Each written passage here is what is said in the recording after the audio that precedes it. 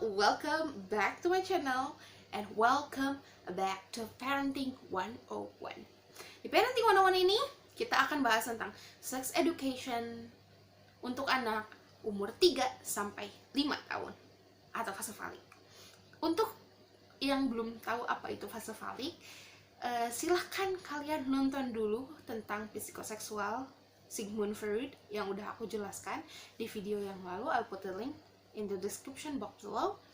Dan kita akan bahas tentang sex education. Mungkin banyak ya orang Indonesia yang masih kayak, oh, sex education, oh tabu.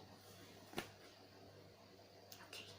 Yang masih berpikir bahwa sex education itu tabu, aku udah bikin juga videonya dengan bunda aku. I'll put the link down below in the description box. Also, kalian harus nonton Sex Education kata bunda aku. Oke, di video ini kita akan bahas tentang sex education untuk anak-anak. Bentar. Sex education kok udah diajarin sama anak-anak? Kok enggak saat dia umur 10 tahun? Kok enggak saat dia umur 17 tahun? Mohon maaf ibu-ibu, bapak-bapak, parent di luar sana yang masih berpikir bahwa sex education hanya boleh diberikan setelah anak growing up. You have a huge mistake. Sex education kok diajarinnya saat udah gede sih? Jadi dia nggak punya ancang-ancang dulu dong. Dia nggak punya penerimaan diri dong. Iya kan, kalau kita yang diajarkan sex education dari kecil. Karena jujur aja, aku diajarin sex education itu dari umur aku dini banget. Mungkin dari bayi. Aku mungkin nyadarnya setelah aku growing up. Oh, aku juga diajarin nih sex education. Tapi ternyata dari pengakuan bundaku, memang aku diajarkan sex education itu dari saat aku kecil. Dari saat umur aku belum reach 1 tahun. Jadi kata siapa sih? Sex education harus diajarkan udah gede. Karena banyak yang bilang bahwa oh, seks itu tabu. Ntar dulu, ada nih dari jurnal ini. Nih, jurnal Need Assessment of Sexual Education by Mother for 3 to 5-year-old Children. Ini dibuat oleh orang Indonesia, Fakultas Psikologi Universitas Islam Sultan Agung, oleh Ibu Inhastuti Sugiasi. Bahasa Indonesia, aku akan bikin daftar pustakanya di bawah. Aku pakainya yang ini aja ya, karena orang Indonesia biasanya pengennya bacanya yang gampang, yang Indonesia, bukan yang bahasa Inggris, karena banyak juga yang kayaknya males baca bahasa Inggris nggak ngerti gitu ya. Nah ini dia sebagai terobosan biar kalian mau baca gitu ya. Udah bahasa Indonesia loh ini gitu. Nah di sini dijelaskan bahwa aku udah highlight bahwa seks adalah segala sesuatu menyangkut jenis kelamin dan hubungan kelamin, itu namanya seks. Tapi ada juga yang namanya seksualitas. Nah, apa sih seksualitas? Seksualitas itu segala sesuatu yang menyangkut cara berpikir, cara berpakaian, merasa, terus mengutarakan pendapat dan bersikap. Kata Risman. Dari 2013 ada kutipannya di sini. I will read it. Nah, apalagi sih? Ini apalagi sih kok anak-anak umur 3 sampai 5 tahun harus punya sex education. Seperti yang aku bilang di video aku sebelumnya, bahwa masa falik adalah masa-masa atau fase-fase di mana anak-anak akan merasa bahwa oh inilah area genital aku. Oh aku cewek, aku punya vagina. Oh kamu cowok, kamu punya penis gitu kan. Disinilah diajarkan bahwa pengenalan organ-organ kita.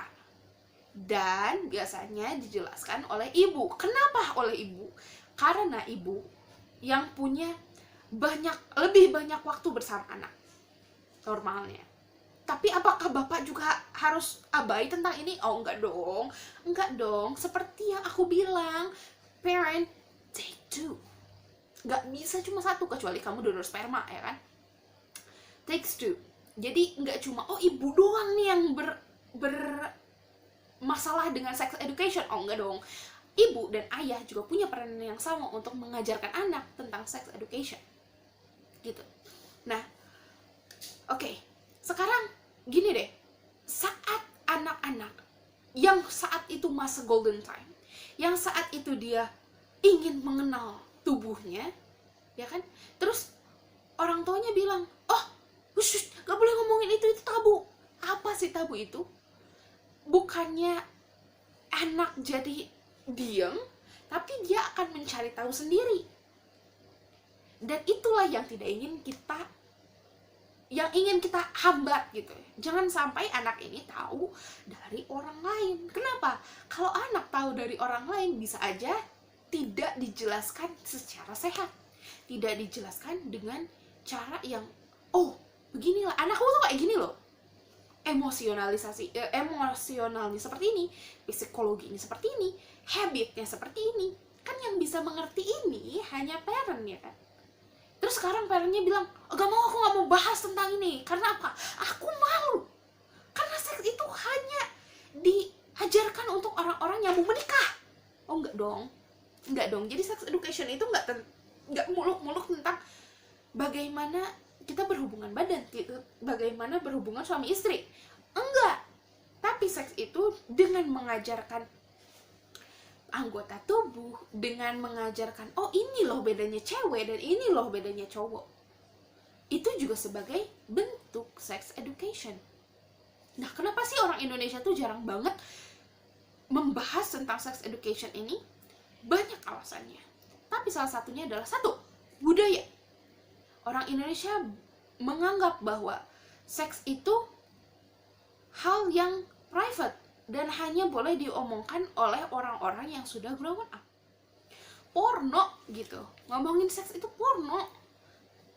Padahal kan enggak ya. Maksudnya di sex education ini kan tidak hanya mencakup tentang hal yang you know what it means gitu. Enggak gitu. Yang kedua, alasan kedua kenapa orang Indonesia enggak mau ngomongin tentang itu adalah adanya rasa sungkan untuk ngomongin itu.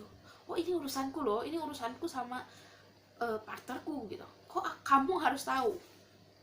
Ada juga malu, ada juga takut untuk ngomongin itu.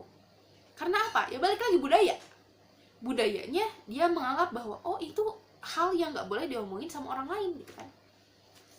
Begitulah budayanya di Indonesia. Pada fase falik juga si anak ini kan, yang aku seperti bilang tadi, bahwa dia udah mulai ini loh area genitalku, aku punya vagina, kamu punya penis gitu. Mulai aware tentang ini tangan, ini lengan, ini kaki, ini dada, ini payudara. Ibuku punya payudara, tapi ayahku nggak punya payudara. Aku nyusuk ke ibuku, tapi aku nggak bisa nyusuk ke ayahku. Gitu kan? Mulainya muncul di mana anak-anak mulai paham bahwa inilah perbedaannya, inilah ibunya, inilah ayahnya. Karenanya adalah yang dinamakan Oedipus kompleks. Inilah saat-saat Oedipus kompleks itu bisa muncul ke permukaan. Karena apa?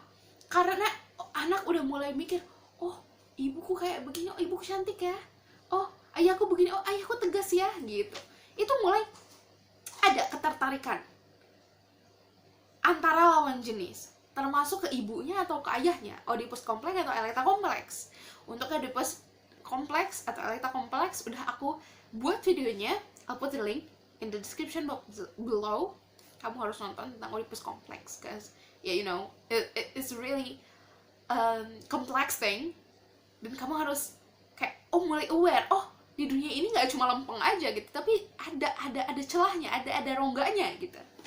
Itulah. Nah, saat itu juga behavior anak adalah suka pegang badan orang lain gitu. Cara mereka menyalurkannya adalah contohnya main dokter-dokteran gitu ya sama teman-temannya. Itu juga salah satu hal yang oh inilah begini, ya oh ini tubuh orang tuh kayak begini loh. Saat itulah dia mulai belajar. Kalau misalkan kita nggak punya tali kekang, kalau misalkan kita tidak membekali anak-anak dengan ilmu yang cukup, apa sih yang akan terjadi, ya kan? Anak-anak juga akan mencari karena dia punya keingintahuan sangat tinggi. Dia di masa-masa golden time di mana dia belajar dengan sangat cepat. Akhirnya apa? Akan ada masa di mana dia ingin mencari. Oh, aku pengen tahu jati diri aku di mana. Walaupun tidak di masa valid, tapi di masa kedepannya. So, untuk mencegah itu terjadi, maka diadakanlah si parenting tentang sex education ini saat anak berumur 3-5 tahun. Karena saat 5 tahun, seperti yang aku bilang di video-video parenting 101 yang lain, ego, ide, dan super ego akan full terbentuk saat dia umur 5 tahun. Saat inilah nih yang bisa membekali dia bahwa oh ide kamu tuh harus stop di sini. Ego kamu tuh harus mulai berjalan di sini. Oh, super ego kamu juga harus mulai jalan di sini, nggak cuma ide dan ego, gitu kan? Nah, disinilah saat yang tepat. Bentar dulu, kalau misalkan nih ya, anakku kan bingung, aku kan bingung nih jelasinnya sekarang. Kok bayi itu kenapa ada di perut? Aku canggung nih ngomongin ini. Jelaskanlah dengan bahasa yang sederhana. Jangan, aduh, nanti. Kalau kamu bilang nanti ke anakmu, terus kapan kamu akan menjelaskan? Dan anak udah bakalan berpikir bahwa, oh ibuku gak aware nih sama pertanyaan aku mau nanya sama orang lain aja. Gak adanya kecocokan, gak adanya kepercayaan orang tua, anak pada orang tua bahwa orang tua bisa nih jujur sama aku bahwa beginilah caranya, bahwa beginilah fase-fasenya, bahwa beginilah nanti aku ke depannya, gitu kan? Karena anak-anak ini seperti yang aku bilang, saat itulah mereka belajar. Kalau orang tua aware tentang oh beginilah begini, anaknya mengajukan pertanyaan, orang tuanya nggak megang HP, nggak nonton TV, nanti bilang, nonton, tunggu dulu ini lagi rame nih, oh tunggu dulu mama lagi baca ini nih. Kalau kayak gitu, ikatan emosi antara anak dan orang tua akan tumpul. Karena nggak adanya rasa kepercayaan bahwa oh begini nih, orang tuaku nggak pay attention dengan pertanyaan aku nih nanya ini karena aku pengen tahu loh ma, aku nih nanya ini aku ingin tahu loh pa. Jadi kalau misalkan kalian sebagai orang tua jangan hanya siap dalam segi finansial harus cukup, harus, tapi secara mind, secara mental kalian juga harus siap. Dan inilah kita dihadapkan dengan realita bahwa oh anak ini punya keingintahuan yang besar. Kalian harus mulai aware, oh anak punya keingintahuan yang besar, ayo dirangkul. Supaya apa? Supaya anak gak nyari di tempat lain gitu. Biar sehat, pikirannya sehat, pengetahuannya sehat. Itu kan goal menjadi orang tua, untuk punya anak yang dia bisa berpikir dengan mandiri, dia bisa decide their own decision. Nggak harus, oh kamu mah harusnya kesini, kamu mah harusnya segini, nggak bisa kayak gitu. Nah, untuk kenapa sih diajarin sex education? Untuk mereka tuh bisa oh inilah bagian tubuh aku punya ini loh, aku harus menerima aku punya ini, acceptance-nya kan.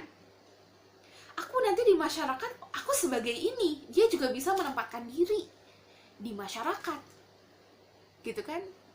Dan yang paling bikin aku miris, tadi malam aku nanya ke salah satu sepupu aku tanya, kamu dulu sebelum kamu dikasih tahu nggak kamu bakalan kamu bakalan menstruasi?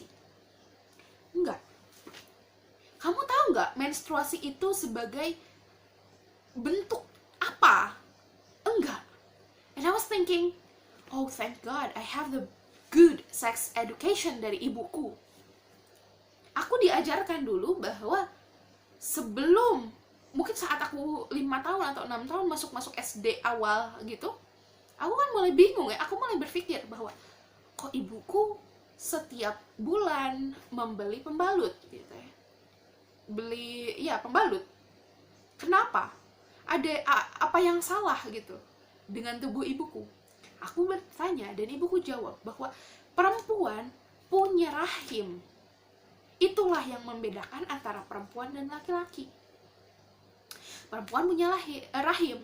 Rahim ini nanti tempat di mana bayi berkembang. Dulu tuh kamu berkembangnya tuh di rahim, bukan di perut, tapi di rahim. Kok perutnya yang gede? Karena perut rahim itu bagian dari organ perut kamu gitu. Jelaskanlah dengan cara yang sederhana. Oh, dan jangan kalau misalkan kalian bilang, oh itunya tuh, nah itu tuh gitu. Oh itunya loh, burungnya loh gitu. Jelaskanlah dengan bahasa yang benar. Oh kamu punya penis, kamu punya vagina. Untuk selanjutnya, gini bilangnya. Nah, kalau mama bilang itu vagina, itu kan gak enak diomonginnya. Kita ngomongnya ini ya, gitu. Untuk laki-laki, oh, nah penis itu kan agak sedikit aneh kalau disebutkan di lingkungan kita yang masih memegang budaya timur. Kita ngomongnya selanjutnya pakai burung ya, atau pakai gajah ya. Karena bundaku dulu ngajarin ke adekku gajah ya, jadi aku taunya gajah ya. Tapi kita tahu, kita ngerti, oh itu tuh adalah genital kita. Itu yang membedakan antara perempuan dan laki-laki. Nanti ke depannya cewek itu punya menstruasi. Menstruasi itu bukan hal yang harus ditakutkan, tapi itu sains. Semua cewek merasakan itu. Dan aku tadi malam sampai, oh my god, masa nggak dijelaskan sama ibunya bahwa nanti suatu masa kalian akan menstruasi, nanti suatu masa kalian akan mimpi basah, kalian akan mengeluarkan mani dari alat genital kalian. Di dalam mani konten sperma. Dan banyak sebetulnya yang nggak ngeh kalau semen mani itu bukan sperma. Semen itu contain sperma, bukan semennya sperma, bukan. Di video aku yang vasektomi itu juga aku bilang kan, kalian tetap bisa ejakulasi, tapi tidak berkonten sperma. Nah, teman-temanku yang seusia aku juga nggak ngeh kalau misalkan di dalam air mani ini ada yang namanya sperma gitu, bukan air maninya adalah sperma, bukan. Itu masih kayak oh iya oke. Ternyata Indonesia ini masih kekurangan sex education gitu. Dan di cewek banyak juga yang kita makan diajar di SMP itu. Jujur aku kalau sama bundaku diajarkan bahwa SMP itu kamu tuh harus hati-hati karena kamu dengan lawan jenismu berbeda, sangat amat berbeda. Kamu tidak boleh disentuh dari pundak ke bawah. Itu udah tertanam di diri aku dari saat aku kecil gitu. Dan itu maju sampai ke depan. Dan inilah masanya fase falik, dimana anak udah mulai ngerti, oh ini area genital aku. Tapi karena sebelum di 0 sampai 3 tahun itu masih kayak aku belum ngerti ini apa. Tapi udah diajarkan kah sex education? Udah. Caranya dengan diajarkan sex education gimana sih? Dengan cara kalian merawat diri, dengan cara kalian merawat bayi gitu ya, dengan sentuhan-sentuhan kasih sayang, dengan dicium, dengan dipeluk, dengan bagaimana diapersnya diganti, dengan bagaimana spraynya tetap selalu bersih. itu juga kalian membangun ikatan emosional dengan anak. So, nggak semerta-merta sex education itu tentang bagaimana penis penetrasi ke vagina gitu. Nggak gitu. Apakah aku diajarkan seperti itu? Iya. Setelah saat aku remaja, umur 12 tahun, saat aku masuk SMP, bundaku udah memulai, oh kamu punya vagina nih, lawan jenismu punya penis. Kalau penis penetrasi atau masuk ke dalam vagina akan begini, dijelaskan secara rinci. Kalau misalkan saat-saat masa falik, anak akan bertanya lagi, karena apa? Dia percaya sama kalian akan memberikan jawabannya ke dia. Jawabannya seperti apa? Buatlah dengan sederhana, dengan cara yang bisa anak terima. Jangan dengan bahasa-bahasa ilmiah yang anak nggak ngerti, yang ngapain gitu. Anaknya juga ngerti kalau kalian pakai bahasa ilmiah. Pakailah dengan cara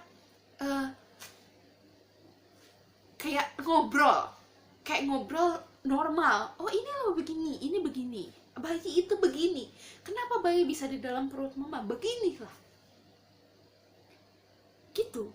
Jangan terpaku dengan seks itu tabu, aku gak mau ngomongin ini seks ke anakku. Jangan dong, jangan. Ini juga ada yang aku highlight sebetulnya di sini. Nah, ini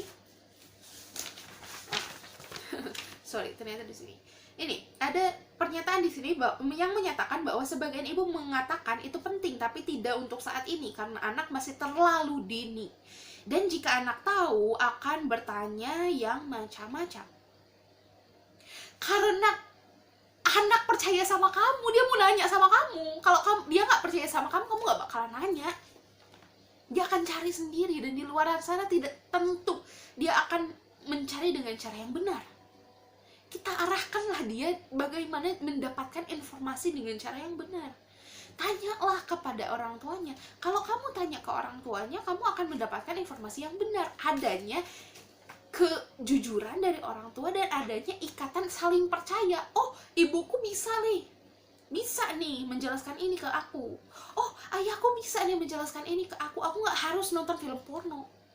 Emang ada apa sih di film porno gitu ya? Tidak dijelaskan juga bagaimananya, seks itu apa, seks itu bagaimana, kan tidak dijelaskan gitu kan. Nah, ada juga nih satu lagi, ada ibu yang mengatakan tidak akan membicarakannya dengan anak karena anak kalau sudah besar akan tahu dengan sendirinya dari teman-teman. Gak bisa. Kalau tahu dari teman-teman, mereka udah kejerumus duluan gitu. Kalau tahu dari teman-teman, apakah iya benar teman-temannya sebagai sumber yang bisa dipercaya? Kan kita nggak tahu habit anak yang lain, anak orang kayak gimana di rumahnya, kita nggak tahu. So, bagaimana caranya yang lebih tepat? Cara yang lebih tepatnya adalah dengan kalian mengajarkan ke anak kalian bahwa oh inilah cewek, oh inilah cowok, oh inilah genital kamu, oh inilah genital kamu. Inilah yang bisa terjadi kalau misalkan cewek dan cowok melakukan seks. Jelaskan ada sebab dan akibatnya. Kalau nggak ada sebab dan akibat, anak-anak nanti yang penting aku enak aja gitu. Oke, segitu dulu aja video tentang sex education. Kalau kalian mau tanya-tanya silahkan di comment down below. Hanya untuk bertanya bagaimana dulu aku diajarkan sex education, karena jujur aja aku bukan dokter dan aku bukan psikolog, dan aku hanya bisa berbagi tips dan share tentang bagaimana dulu aku diajarkan tentang sex education. Thank God my mom aware about sex education, and that's all. Until next time, see ya.